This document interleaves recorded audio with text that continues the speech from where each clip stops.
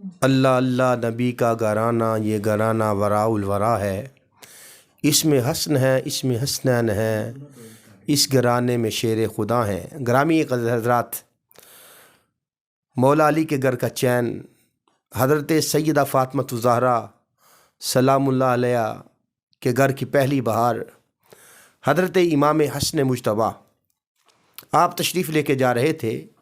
حضرت عبداللہ ابن زبیر آپ کے ساتھ تھے۔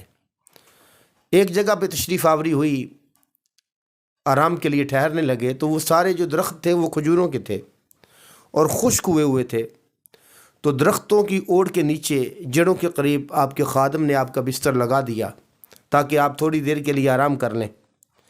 تو آپ بستر پہ بیٹھے لیٹنے لگے تو خادم کہنے لگا میرا دل کرتا ہے کہ میں تازہ کھجوریں کھاؤں۔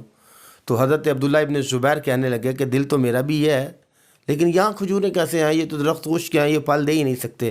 حضرت امام حسن مجتبیٰ کہنے لگے کہ بھئی تم نے کھجوریں کھانی ہیں؟ وہ کہنے لگے حضور دل تو کرتا ہے، لیکن کھجوریں یہاں سے کیسے آئیں گی؟ یہاں تو درخت ہی سارے خشک ہیں، ان کے اوپر تو پھل بھی نہیں ہے۔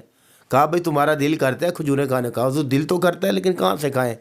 گرامی کے حضرات، حضرت امام حسن مجتبیٰ، آج لوگ غوث پاک کی کرامتیں سنتے ہیں، ولیوں کی کرامتیں سنتے ہیں تو بڑا یقین آ جاتا ہے، لیکن یہ تو وہ ہیں کہ جہاں غوث اعظم بھی ہاتھ باندھ کے کھڑے ہیں، بڑے بڑے اللہ کے ولی ان کے در پہ کھڑے ہیں، وہ سارے ان کی آل اولاد میں سے شامل ہیں۔ ان کی غلامی جب تک ولیوں کو نہیں ملتی تو ولایت نہیں ملتی۔ حضرت امام حسن مجتبیٰ نے کہا کھانے کا؟ حضور کھائیں گے۔ آپ نے ہاتھوں کو بلند کیا ہے، یہ وہ ہاتھ ہیں جب اٹھتے ہیں تو پھر کبھی خالی واپس نہیں آتے۔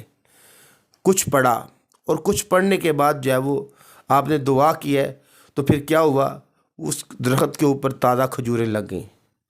تو دیکھا وہ اس کھجوریں اتاری تو بہت زیادہ قریب ایک اونٹ چرانے والا ایک شتربان تھا، وہ دیکھا بڑا حیران ہوا کہ اس کے اوپر کیسے کھجوریں لگ گئی ہیں۔ کہنے لگا بڑی بات ہے، میں نے اس طرح کا جادو کبھی نہیں دیکھا۔